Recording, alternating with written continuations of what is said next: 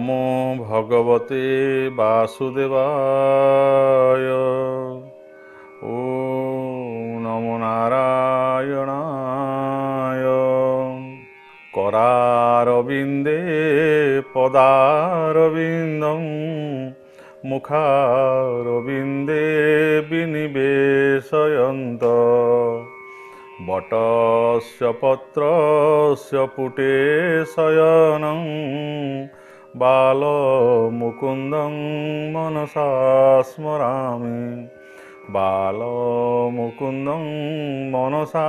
स्मरामि। बालमुकुन्दं मनसा स्मरामि। ओम नमो परमात्मने। आजिर এই শুভ সকাଳ সমস্ত উপস্থিত थिबा हरिभक्त हरि कथा श्रवण प्रेमी भक्तवृंद श्री भगवान पाखरे समस्ते प्रार्थना करिबा सर्वे भवन्तु सुखिनः सर्वे सन्तु निरामया। प्रभु समस्तଙ୍କର मंगल करंतु, समस्तଙ୍କୁ निरोग करंतु, समस्ते सुस्थ रुहंतु एवं समस्ते सुस्थ रही आहार निद्रा भय मैथुन मन न रखी मनुष्य जीवन प्रकृत उपादेयता को उपलब्धि करंतु एवं मनुष्य जीवन जो सार्थकता ताकू प्रतिपादन करंतु एवं जड़े भल मनुष्य भाव तांकर बुद्धि को से विकसित करंतु एवं विवेक द्वारा निजक परिचालित करी अंत काल से भगवान को प्राप्त हुंतु एवं मुक्त हुंतु यही कामना करी आजिर ये जो भगवत गीता आलोचना कार्यक्रम चली चलते आम समस्ते आरंभ करवा। समस्ते टिके सर्वप्रथम जोड़हस्त हो ध्यानस्थ हो टिके आग हृदयस्थ भगवान को स्मरण करवा। स्मरण करिके आम कार्यक्रम आरंभ करवा। प्रथम जो भगवान श्लोकर जो पंक्ति आलोचना करागला बा उद्धृत करागला से विषय टिके समय सूचना देवा और से कथा को भावना करिया मन भितर किभली भाव ना करार बिंदे पदार बिंदम। जिते भगवान छोट देखिए भगवान नुहति आम साधारण छोट पिलाटे देखिए जहाँ आम छोट शिशुटे जन्म करिसेंती जिते से 4 मास कि 5 मास छोट छुआटी हो जाए आप देखिए सी कौन करे ना तार गोड़ को ऊपर को उठे दिए चित हो शो जाए दी हाथ रे से गोड़टा को जाबुड़ी धरे पादटा को एवं सी कौन करे ना से पादटा को हाथ रे धरे से कहुई जे करार बिंदे पदार बिंद। कर मान हूँ हस्त भगवान छोटे बाल शिशु जो आसते बाल्य लीला करने छोट गोपाल लीला करने से शोचती ऊपर को मुह करी एवं गोड़टा को सी ऊपर को उठे देती एवं दुई हाथ रे निजर गोड़टी से निजे धरी एवं पदार बिंद करार बिंदे पदार बिंद मुखार बिंदे विनिवेशयन्त एवं से पाद को खाली धरी ना हाथ में ताकू टाणी नहीं कि से गोड़ को हाथ रे कर निजर से जो पादर जो जो ज्येष्ठ जो जहाँ कहते वृद्धा आंगुली बोली कहते ताकू नहीं से पार्टी रे पुरई भगवान। देखो भगवान के सुंदर भाव लीला कर बाल लीलाटी सुंदर अधर कही बदन अधर तांकर भगवान अधर हूँ मधुर हसित मधुर भगवान सब हूँ कि मधुर और से मधुरता भितर एत सुंदर भाव भगवान निज गोड़ को हाथ में धरी ताकू नहीं से पार्टी रे पुरौंती चुचुमुंट कि सुंदर दृश्य। तेणु करार बिंदे पदार बिंदम करार बिंदे पदार बिंदम मुखार बिंदे विनिवेशयन्त मुख कहले पार्टी नहीं निवेश कर कि सौंदर्य या बर्तमान आम ध्यान करवा मन भितर जे गोटे बाल गोपालटे शोचते केमी शोचते ना बटस्य पत्रस्य पुटे शयन। गोटे जिते मार्कंड ऋषि जो सृष्टि प्रलय हो जाए सी हूँ सप्तकल्प ऋषि से चिरंजीवी समस्ते प्रलय हो जाती प्रलयर जो जल से सर्वत्र व्याप्त हो जाइए सेठी कहीं ना मार्कंड ऋषि देखुं से जो जल रे गोटे बट कहले गोटे बरगछर गोटे पत्रटाए गोटे बरगछर पत्र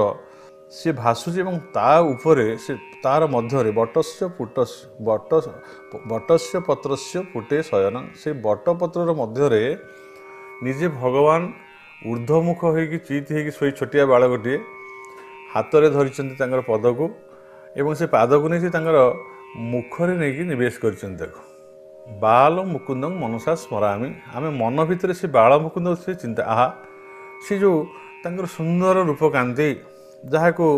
प्रथम कह जाइथिला आपन को अधरंग मधुरंग बदनंग मधुरंग नयनंग मधुरंग हसितंग मधुरम हृदयंग मधुरंग गगनंग मधुरंग मधुराधिपते रखिलंग मधुरम ये मधुरर अधिपति सी समस्त सौंदर्य आ समस्त माधुर्य ही से होती गंतागार अधिकारी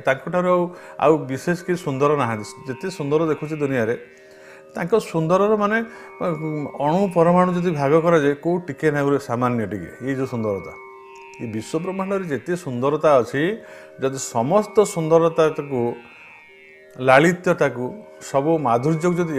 एकाठी कर दिया जाए ये होचंती तार अनंत कोटि आहरी तार ऊर्ध्वे जमती भगवत गीतार विश्वरूप जो भगवान देखुं अर्जुन देखुं कौन देखुं मान कहते दिवी सूर्य सहस्र से प्रभु ये तो गोटे सूर्य को आम अनै पारुने आपण जो ज्योति बा कांति आसूची सहस्र मैंने हजार हजार सूर्य जब एकाठी हो जाती आपड़ जो गोटे सूर्य को तो आम देखिपारे अनै पारुने आखि जाऊनी से जिते कांतियुक्त एत प्रभायुक्त सूर्य रही किंतु से ही जब कोटि कोटि सूर्य हजार हजार सूर्य जब एकत्र कर दिया जाए तांको जो ज्योति बाहर तत्वधिक ज्योति तुम शरीर प्रभु बाहर देखो तो भगवान शरीर केते ज्योतिर्मय कलना कर देख अर्जुन प्रत्यक्ष भाव में देखिले देखी पार ना आखि बंद कर कहीं आखि तो गोटाए सूर्य किरण को दर्शन करें से ज्योति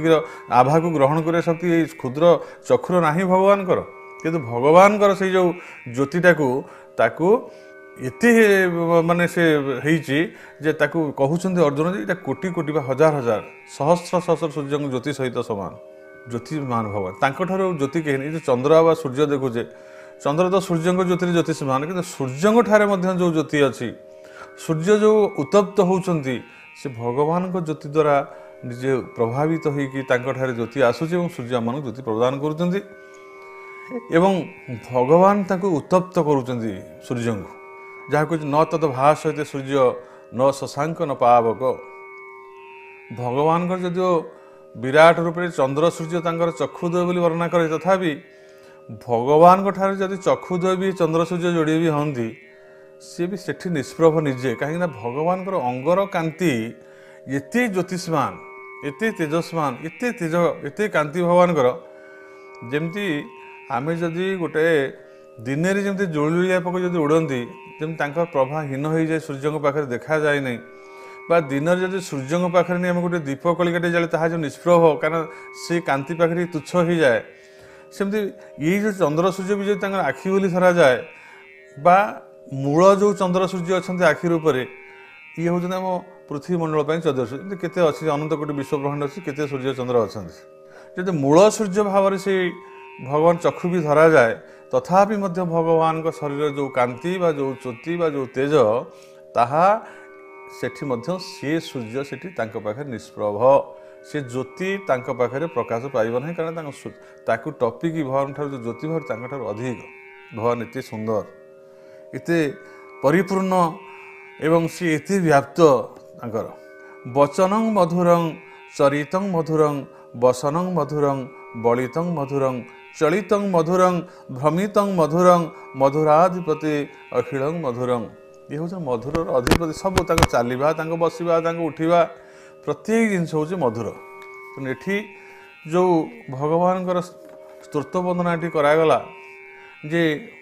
करार बिंदे पदार बिंदम मुखार बिंदे विनिवेशयंत बटस्य पत्रस्य पुटे शयनं बाल मुकुंदं मनसा स्मरामि अर्थात समस्ते आज यही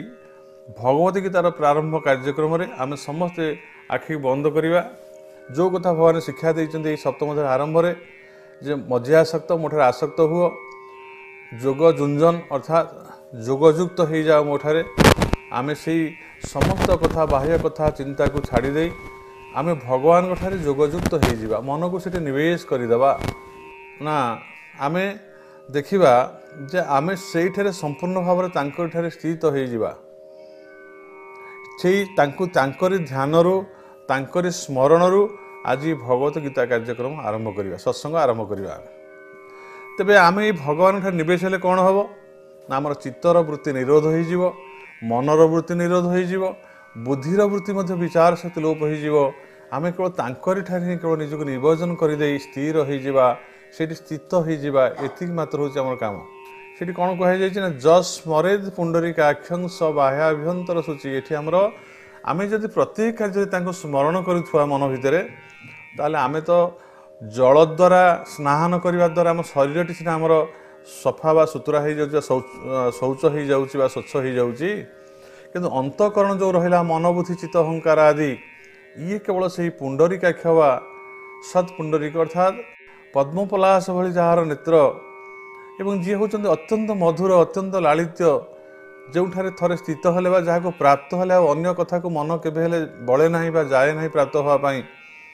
ଜଂ ଲବ୍ଧ୍ୱା ଚ ଅପରଂ ଲାଭଂ ମନ୍ୟତେ ନାଧିକଂ ତତଂ। ଏଇଭଳି ଯେଉଁ ଭଗବାନ ଆମେ ତାଙ୍କୁ ସ୍ମରଣ କଲେ ଆମର ଅନ୍ତର ଅର୍ଥାତ୍ ଆମେ ସେଟା ବାହାରଟାକୁ ସେଟା ମଳିଆଟାକୁ ସଫା କରୁଛେ, ଭିତର ଅନ୍ତରକୁ କେମିତି ସଫା କରିବା? ଆମେ ସେଇ ଭଗବାନଙ୍କୁ ଯଦି ଆମେ ମନ ଭିତରେ ହୃଦୟରେ ରଖି ତାଙ୍କ ସ୍ମରଣ ଖାଲି ଆମେ କରିବା, ଚିନ୍ତନ କରିବା, ତାହେଲେ ମନ ବି ପବିତ୍ର ହେବ, ବୁଦ୍ଧି ବି ପବିତ୍ର ହେବ,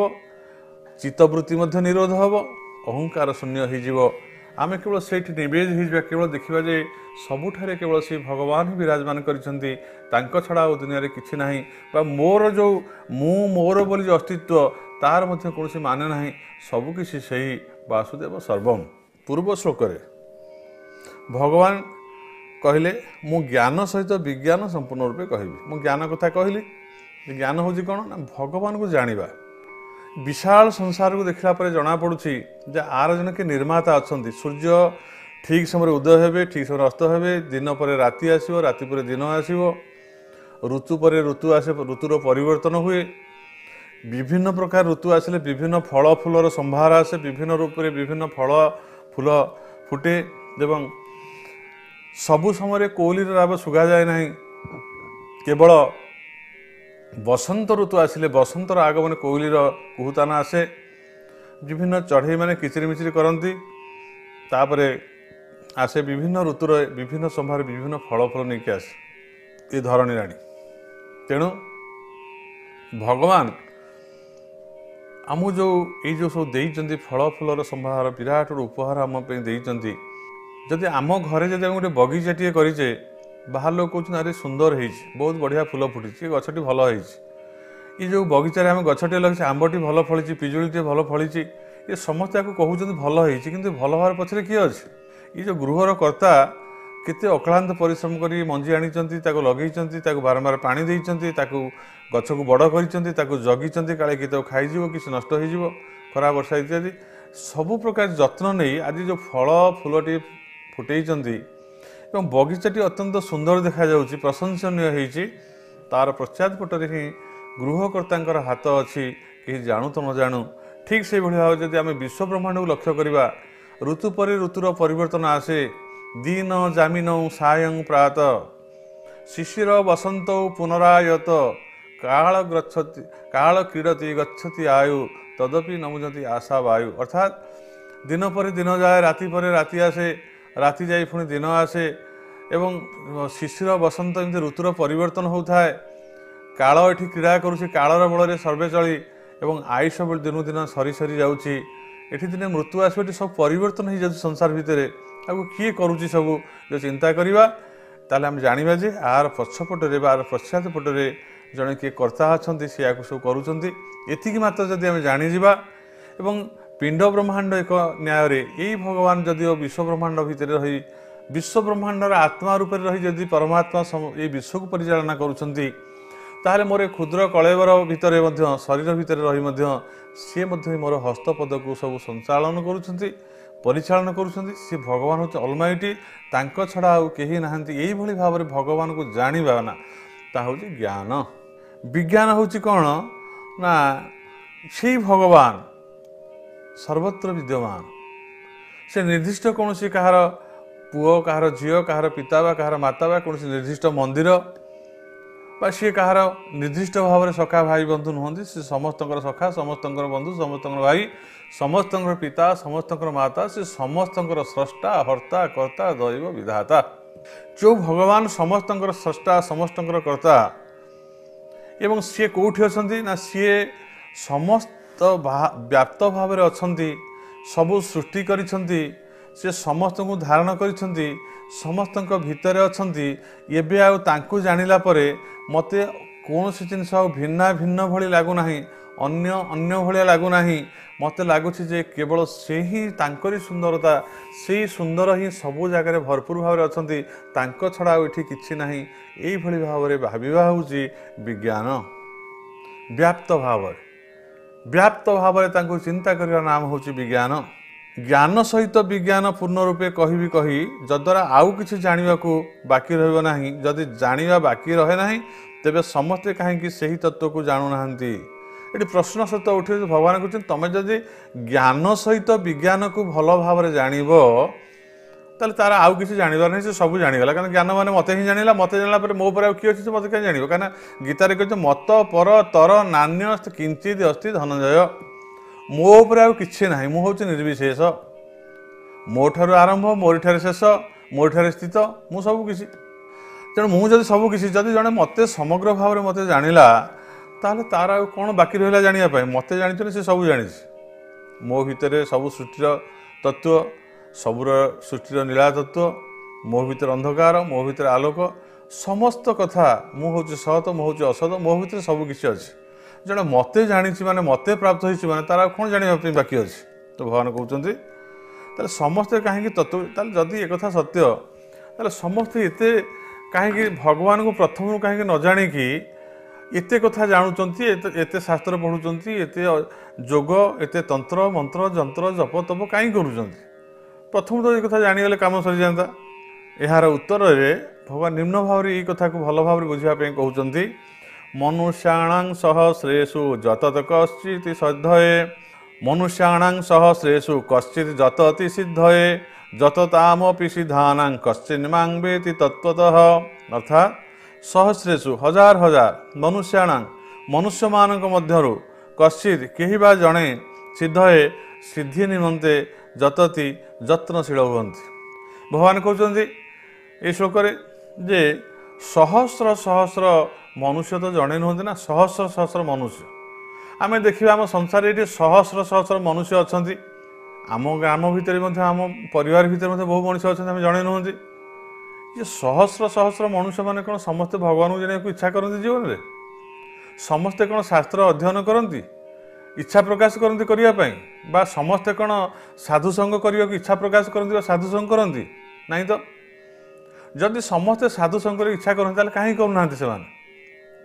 ये गोटे बड़ कथा हूँ जहाँ पूर्व प्रथम आलोचना कराला जे विषय जार लोचन हरही आत्मविद्या ज्ञान जार विषय प्रति ध्यान रही जमी मुझे कहती प्रथम जदि आमर समस्त दृष्टि सम्मुख को अच्छी सम्मुख भाव में जहाँ कि चली आम सब देखुचे अनुभव करुचे पछपटे तो आम देखिपारे जेपर्यंत सम्मुखर आम दृष्टिकोण को संपूर्ण भाव में निवृत्त कर पछ पाखे नहीं दृष्टिकोण को मुख बोल निवेश करवा ताले से देखा आग पाखे कौन हो देखिपर ना तार अर्थ है आम जो जो पदार्थ प्रति मन को निवेश करवा चक्षु को निवेश करवा इंद्रिय मान निवेश करवा आमर से विषय ही केवल ज्ञान हम अन्य विषय तो ज्ञान हम ना तेणु ये भगवान कहते जिते सहस्र सहस्र मनुष्य अच्छा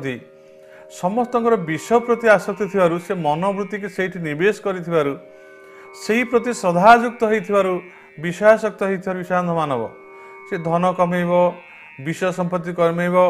उपभोग करने विभिन्न प्रकार आय अलंकार ताकू सब से व्यवहार कर सामग्री जहाँ सब रही से संग्रह कर विषय संग्रह कर जार मन सदा सर्वदा रही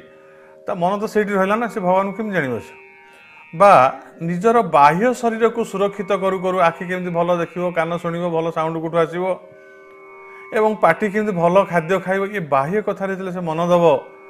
बा शीत उष्ण केमती शरीर को रक्षा कर ये बाह्य चर्चा करू करू तार अंतरचर्या था अंतकरण भितर जे आउ जने किए अच्छे ताको सब कराउची संपूर्ण भाव से मनुष्यटी भूली जाए जेपर्यंत भगवान को कृपा न होईची जेपर्यंत जने सत्संग करना से जीवन में केबे हेले बुझी पारिबो नाही तार महत्व एवं जेतेबेले से जोग जुंजन वाली जोग भगवान जेतेबेले से जोग युक्त हम से मनुष्यटी इच्छा करिवो बाह्य पदार्थ धीरे धीरे अभ्यास जोग युक्त अभ्यास धीरे धीरे करू करू बाह्य पदार्थ को मन हटे नहीं भगवान ठार निवेश करिवो खाली निवेश नुहे सेठी तार से स्थिर भाव में रहिवो श्रद्धायुक्त हम और भगवान ठार आसक्त हो सेतेबेले जाई से भगवान को जानिबो सी मनुष्यटी किए ना एमती मनुष्य माने जात ही ध्रुव मृत्यु ध्रुवं जन्म मृत्युत जन्म हो मरुथिव मनुष्य किंतु जे पर्यंत भगवान को कृपारू ताकू जने सत्संग मिलनी बा उपयुक्त गुरु मिली ना भल उपदेष्टा जने ताकू मिली ना जे पर्यंत बारंबार से गुरुओं ठार श्रवण करनी मनन करनी ताकू निधिध्यासन करनी जहाँ को कहे अयम आत्मा श्रोतव्यं मंतव्यं निधिध्यासितव्यं तांकू जानिया कहले श्रोतव्यं अर्थ श्रवणं तु गुरुपूर्वं मनन तदंतरम आग सत्संग माध्यम गुरुओं ठारू आम ताकू श्रवण करवा और जहाँ श्रवण कले ताकू बारंबार मनन करवा ताकू चिंता करवा एवं जो चिंता करी स्थिर हृदय ताकू रखिदा एवं ताकू निधिध्यासन अर्थात से पथरे निजक आम परिचालित करवा बा सेठी स्थित हवा यही जो कथाटी आगु किए करे समस्ते करे क्या समस्ते अज्ञानी मूढ़ समस्त विषय प्रति आसक्ति रही अंतर्मुखी कहीं ना केमती भगवान से जानवे से भगवान कहते जे मनुष्याणां सहस्रेषु कश्चित जतति सिद्धये अर्थात ये सहस्र सहस्र मनुष्य मान मध्यरु कश्चित कहीं जड़े सिद्धि निमंते प्रयत्न करे सहस्र सहस्र आपड़ देखो आपंकर आज जो मैंने सत्संग शुणुंट बसिकी आप परिवार कौन समस्ते आग्रह प्रकाश कर व्यस्त अच्छा किए टीवी देखु किए ताश खेलु कि लुडो खेलु कि बसिक मोबाइल कौन कौन सब देखु भितर इसे मन ना जब परिवार भितर आम 10 जन अच्छा कहीं जड़े भी इच्छा करुच्ची कि ना सब परिवार ठिकना ना सेमती गोटे गाँ अच्छी गोटे जिला अच्छी गोटे राज्य अच्छी गोटे देश अच्छी हजार हजार मनुष्य अच्छा ये समस्ते राति पाइले केवल विषय प्रति आसक्ति हो दौड़ी विषय को आहरण करने उपभोग करने किंतु भगवान प्रति कहार इच्छा नहीं प्रकृत जानापी जदि प्रति आसक्ति नहीं प्रति श्रद्धा नहीं जहाँ को भगवान गीतार कहते श्रद्धावान लभते ज्ञान भगवत विषय ज्ञान बा विज्ञान को जाना हेले श्रद्धार आवश्यक हो श्रद्धावान लभते ज्ञान जदि मोर से विषय प्रति जानवर श्रद्धा नहीं ताले मोर आग्रह नहीं जदि आग्रह नहीं ताले सेठी मोर इच्छा नहीं जब मोर इच्छा नहीं कि मोर आग्रह नहीं ताले मु केमि से जिनस जानी तार प्रतिबदल रे मोर जहाँ प्रति प्रत्येक दैनंदिन जीवन में मोर जोठी आग्रह अच्छी जो कथा जानापी श्रद्धा अच्छी प्रातः श्रद्धा अच्छी मुझे मन को लगे सका उठर प्रातरु रात्र शयन पर्यंत प्रत्येक मनुष्य किसी ना किसी कर्म जड़ित अच्छे बा किसी कथा भावुची कौन से भावुची कौन से करुच्ची केवल गोटे कथा भल खाइब भल पिंधिब भल जगह शोइब ये शरीर को केमती से भल रखिब ये शरीर धर्मी से ही जाई विषयासक्त हो जाई से कर्म समस्ते मन बड़ाई से माने कौन से प्रकृत जो आत्मज्ञान से प्राप्त हो पारना भगवान विषय जो ज्ञान जानवर आवश्यक होती कहीं जापारना से कहगला ये भगवान कहते जे मनुष्याणां सहस्रेषु सहस्र सहस्र मनुष्य मान भितर कश्चित जतति सिद्ध है कहीं जड़े जदि सिद्धि लाभ करने प्रयत्नवान हुए ये जो कथाटी आम आलोचना करुचे केमी सहस्र सहस्र मान जड़े सिद्धि लाभ करे से सिद्धर लक्षण कौन एवं सिद्धि हेले कौन से प्राप्त हुए इत्यादि इत्यादि आम यही समस्त कथा भगवान ठार शुणा आगामी अध्याय तेणु आज तो समय हो जाइए आज समस्ते पुनः से भगवान को स्मरण पूर्वक अंतर भितर धारण करी आज आम जहाँ को श्रवण कले ताकू बारंबार मनन करू करू पुनः आसंता काली ब्राह्म मुहूर्त प्रातः समय सत्संग कार्यक्रम को आम आसवा एवं पुनः तांकर चिंतन पुनः यही सत्संग कार्यक्रम आरंभ करवा से भगवान पदारविंद समस्तंकर शुभ चिंता करुछु समस्तंकर मंगल हो ମଙ୍ଗଳମୟ ଭଗବାନ ସମସ୍ତଙ୍କର ମଙ୍ଗଳ କରନ୍ତୁ। ଲୋକା ସମସ୍ତା ସୁଖିନ ଭବନ୍ତୁ। ଓମ୍ ଶାନ୍ତି, ଓମ୍ ଶାନ୍ତି, ଓମ୍ ଶାନ୍ତି।